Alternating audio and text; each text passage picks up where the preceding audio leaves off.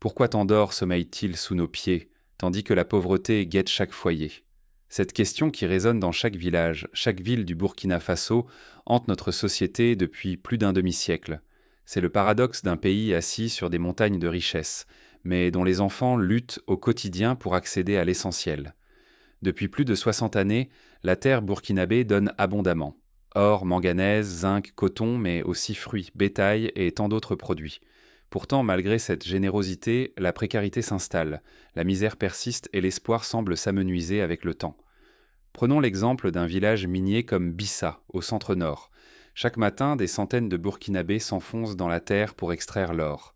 Mais qui profite réellement de cette richesse? Les écoles restent délabrées, les centres de santé manquent de médicaments et les routes sont souvent impraticables dès la saison des pluies. Ce contraste criant entre la richesse souterraine et la pauvreté de surface résume l'essence du problème. Une économie qui produit pour d'autres, pas pour elle-même. Comment expliquer ce gouffre entre le potentiel immense du Burkina Faso et la réalité quotidienne marquée par l'incertitude et la dépendance? Pour répondre à cette question, il faut remonter dans le temps, à une époque où l'indépendance politique était proclamée mais où l'indépendance économique restait un mirage. On se souviendra de ce 2 août 1960, jour officiel de l'indépendance, où la foule célébrait la fin de la colonisation. Mais derrière les discours, des traités étaient signés en coulisses. Ces accords, rédigés par d'anciennes puissances coloniales, ont ouvert la porte à des sociétés étrangères, leur permettant d'exploiter nos ressources sans jamais payer leur juste part. Un exemple frappant est celui de la Compagnie des mines de l'Ouest africain, qui dès les années 70 a pu extraire de l'or en versant à peine un pourcentage symbolique au trésor public. L'histoire s'est répétée dans le secteur pétrolier, où des concessions étaient accordées à des compagnies, principalement françaises, pour des décennies, en échange de promesses d'investissement rarement honorées. Sous prétexte de coopération, notre or quittait discrètement le pays. L'argent, lui, filait vers d'autres horizons, alors que notre économie restait fragile, exposée au moindre choc mondial, piégée dans une logique de dépendance. On nous disait que ces accords étaient tant nécessaires pour attirer les investisseurs, pour garantir la stabilité, mais à qui profitait vraiment cette stabilité? Pour mieux comprendre, regardons ce qui s'est passé dans d'autres pays africains. Au Nigeria, dans les années 70, les revenus pétroliers ont aussi échappé au contrôle national pendant longtemps, à cause de contrats léonins signés avec des majors occidentales. Il a fallu des décennies de lutte et de crise pour que le pays commence à récupérer une partie de ses ressources. Au Congo, le cuivre a enrichi une poignée de familles et d'entreprises étrangères, laissant la majorité de la population dans l'extrême pauvreté. Tout s'est joué dans l'ombre d'accords hérités de la colonisation. Il y a plus de 60 années, des textes furent signés pour préserver les intérêts étrangers, surtout européens, après l'indépendance. Ces accords verrouillèrent le contrôle de nos ressources et de notre économie sous un vernis de coopération trompeur. Un cas emblématique, le traité de double imposition, censé éviter la taxation abusive des entreprises, mais qui, en réalité, a servi de passeport fiscal pour les multinationales. Prenons un scénario concret. Une société minière étrangère extrait 100 kg d'or par mois. Grâce au traité de double imposition, elle déclare ses bénéfices à l'étranger, là où l'impôt est symbolique, et ne paie quasiment rien au Burkina Faso. Résultat, sur une valeur de plusieurs milliards de francs CFA, seule une infime fraction revient au pays. Ce mécanisme, reproduit dans d'innombrables secteurs, explique le manque de moyens pour financer les services publics. Le cas du coton est tout aussi révélateur. Premier exportateur africain pendant des décennies, le Burkina Faso vendait sa production brute à des acheteurs étrangers qui fixaient les prix à leur avantage. Les coopératives locales, souvent endettées, n'avaient pas leur mot à dire. Ce qui aurait pu devenir une industrie nationale s'est transformé en source de profit pour des groupes extérieurs, pendant que les cultivateurs restaient vulnérables aux aléas du marché mondial. Le système n'était pas seulement économique, il était aussi psychologique. Il entretenait une image d'infériorité, inculquant l'idée que la pauvreté était notre destin. Les programmes scolaires valorisaient l'histoire coloniale, minimisant les capacités africaines à gérer leurs propres affaires. Les médias, souvent financés par des intérêts extérieurs, relayaient ce discours fataliste. Pourtant, l'histoire regorge d'exemples de peuples qui ont brisé leur chaîne. En Amérique latine, la Bolivie a nationalisé son gaz en 2006, provoquant la colère des multinationales, mais redonnant espoir à sa population. L'Islande, après la crise financière de 2008, a refusé de payer la dette imposée par les banques étrangères, choisissant de protéger ses citoyens avant tout. Ces exemples montrent que la rupture, bien qu'audacieuse, est possible. Mais alors comment ce constat s'est-il mué en rupture véritable?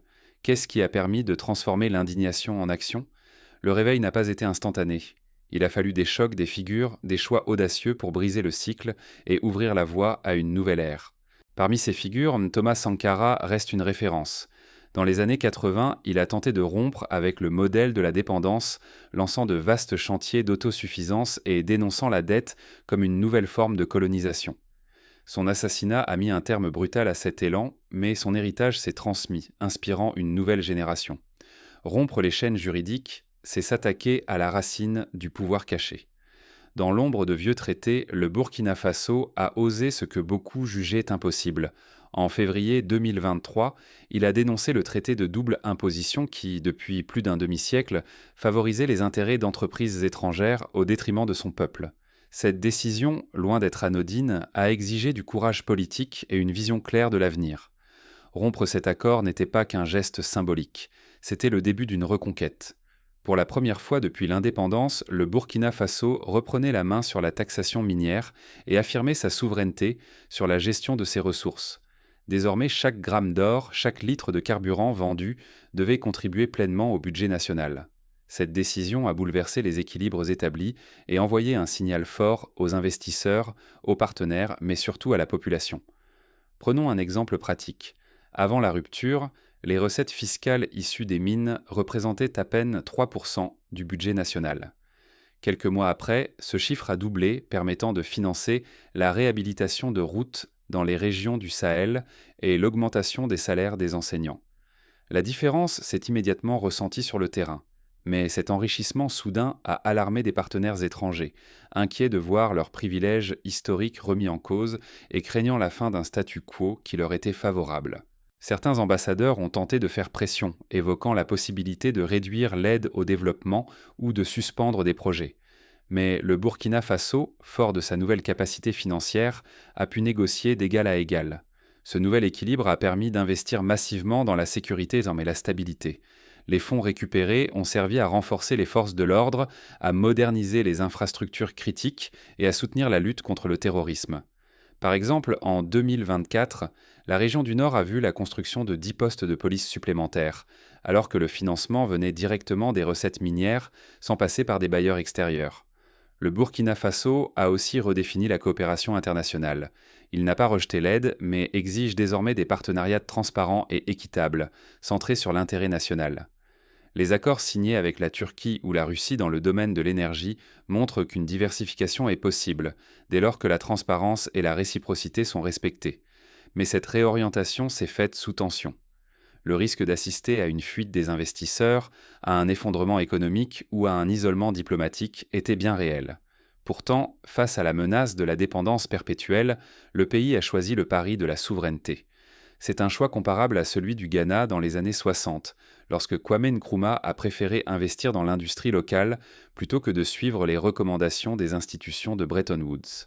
Ce n'était plus une question de survie, mais bien d'offrir pour la première fois la chance de bâtir une économie véritablement burkinabé, affranchie des logiques de domination extérieure. Imaginons un enfant né en 2025. Grâce à ses choix, il pourra fréquenter une école moderne, soignée avec des ressources nationales, et espérer un avenir où l'émigration ne sera plus l'unique horizon. Mais cette transition ne s'est pas accomplie sans résistance. Les forces opposées à la souveraineté n'allèrent pas abandonner si facilement leurs privilèges. Des campagnes de désinformation ont fleuri sur les réseaux sociaux, cherchant à discréditer les autorités. Certains groupes d'intérêt, à l'intérieur comme à l'extérieur, ont tenté de semer le doute, affirmant que le pays risquait la faillite ou l'isolement. Ce que certains nomment prise de risque ou rébellion, d'autres y voient un précédent irrésistible. Le choix du Burkina Faso ne laisse personne indifférent. Il a brisé l'illusion d'un contrôle à distance que la France et d'autres puissances entretenaient depuis plus de 60 années. Fini le temps où Paris ou Washington décidaient, pendant que le peuple burkinabé ramassait les miettes de ses propres richesses. Aux yeux du monde, le Burkina Faso n'est plus une terre docile, guidée par des accords rédigés dans une langue étrangère. Désormais, il inspire la crainte, le respect et surtout une interrogation persistante. Jusqu'où ira-t-il et qui suivra ce chemin? Pour certains bailleurs, c'est un casse-tête dangereux. Pour la jeunesse africaine, c'est la naissance d'un espoir contagieux qui traverse déjà les frontières. L'Alliance des États du Sahel, née avec le Mali et le Niger, cristallise ce basculement. Ce n'est plus une simple déclaration, mais une solidarité concrète face aux pressions extérieures. 3 nations qui refusent la division imposée et qui choisissent la résistance collective, partage d'informations, stratégie commune, appui logistique, mais surtout une fierté retrouvée. L'exemple du corridor de transport entre Bamako et Ouagadougou, sécurisé et financé sans aide extérieure, illustre cette nouvelle approche. L'ancien modèle de partenariat est remis en question. La coopération ne sera plus à sens unique. La dépendance, masquée derrière l'aide au développement, touche à sa fin. Désormais, chaque partie doit prouver sa valeur, respecter la souveraineté des autres et admettre que les ressources africaines profitent d'abord aux Africains. Ce principe commence à s'étendre. Récemment, la Côte d'Ivoire a revu ses contrats cacaoyers, inspirés par la dynamique burkinabé. Mais ce tournant porte ses propres risques. L'Afrique se trouve à la croisée des chemins, saisir la dynamique d'émancipation pour sortir de la vulnérabilité et s'unir, ou retomber dans l'isolement et la survie individuelle.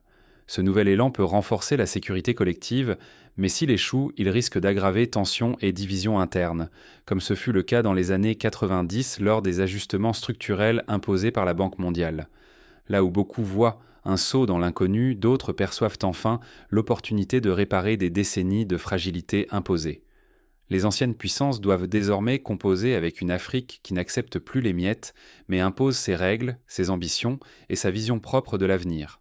Cette évolution rappelle la vague de décolonisation des années 60, mais avec une maturité nouvelle et une maîtrise des outils économiques. Pourtant, derrière cette affirmation nouvelle, les obstacles ne manquent pas.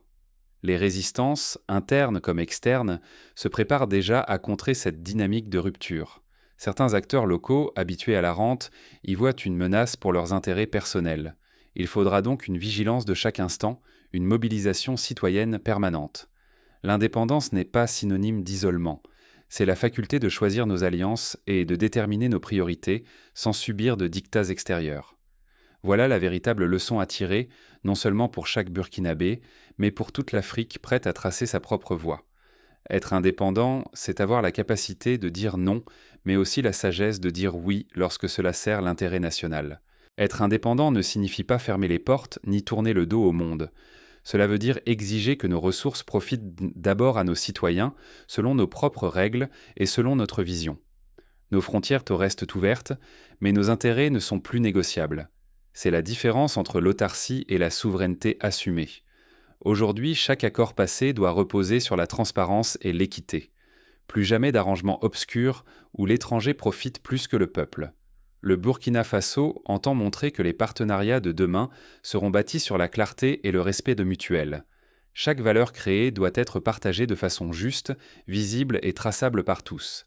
Les contrats miniers publiés en ligne, l'obligation de rendre compte publiquement des recettes, sont des mesures concrètes déjà en vigueur. La jeunesse joue ici un rôle central.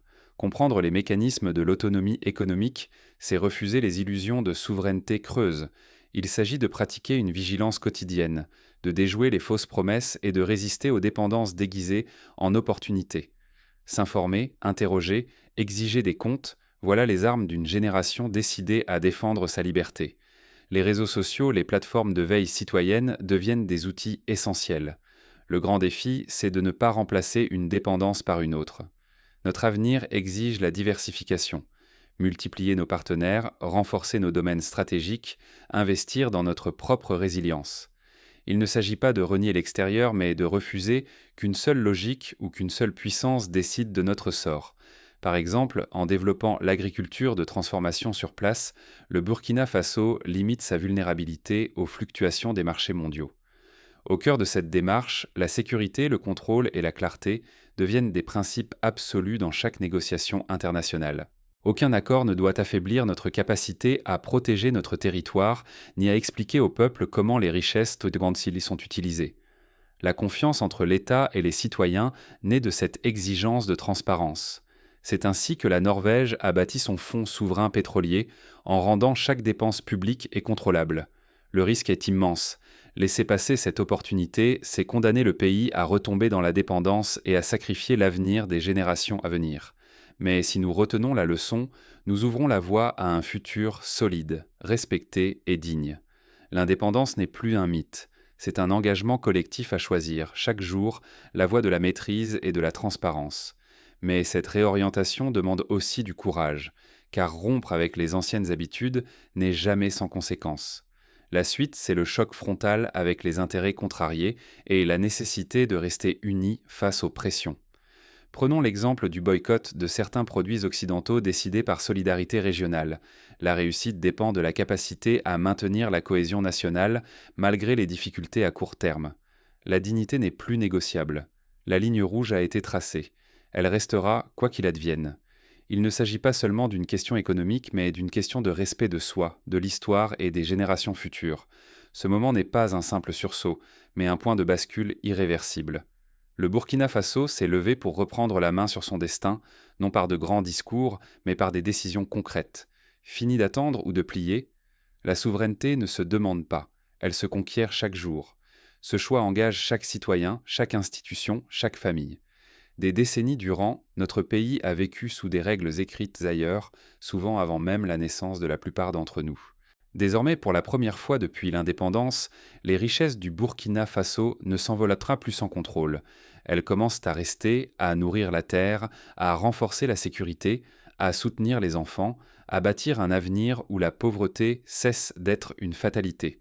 C'est un changement invisible mais fondamental qui affecte chaque aspect de la vie quotidienne. Ce choix courageux comporte des risques majeurs. Si le Burkina Faso parvient à briser l'étau qui l'affaiblissait, il deviendra un modèle redouté, une flamme pour toute une génération de nations africaines. Mais l'échec servirait d'excuse à ceux qui prônent la soumission, la dépendance, le renoncement. Le défi est total. Il engage l'honneur, la prospérité, la stabilité du pays et redéfinit la souveraineté africaine, ici et maintenant. Il ne s'agit pas de s'isoler ni de rompre avec le monde. Il s'agit d'exiger le respect, de refuser toute compromission sur l'essentiel. Désormais, chaque accord, chaque partenariat, chaque investissement sera jugé à l'aune de l'intérêt national, non de la peur ou d'un héritage imposé. Les expériences passées, bonnes ou mauvaises, servent de repère, mais c'est la volonté collective qui fait la différence. La voie du Burkina Faso n'est pas celle du repli, mais de la lucidité et de la fermeté. Elle prouve qu'on peut dialoguer sans capituler, coopérer sans s'effacer, recevoir sans se vendre. Elle rappelle à l'Afrique entière qu'il est temps d'exiger que chaque ressource, chaque goutte de sueur, profite d'abord à ceux qui la produisent. C'est le sens profond de la souveraineté retrouvée. C'est un appel à la vigilance, à l'exigence, à la responsabilité. Que le courage du Burkina Faso soit contagieux. La dignité n'est pas un luxe, mais une nécessité. À chaque nation de tracer sa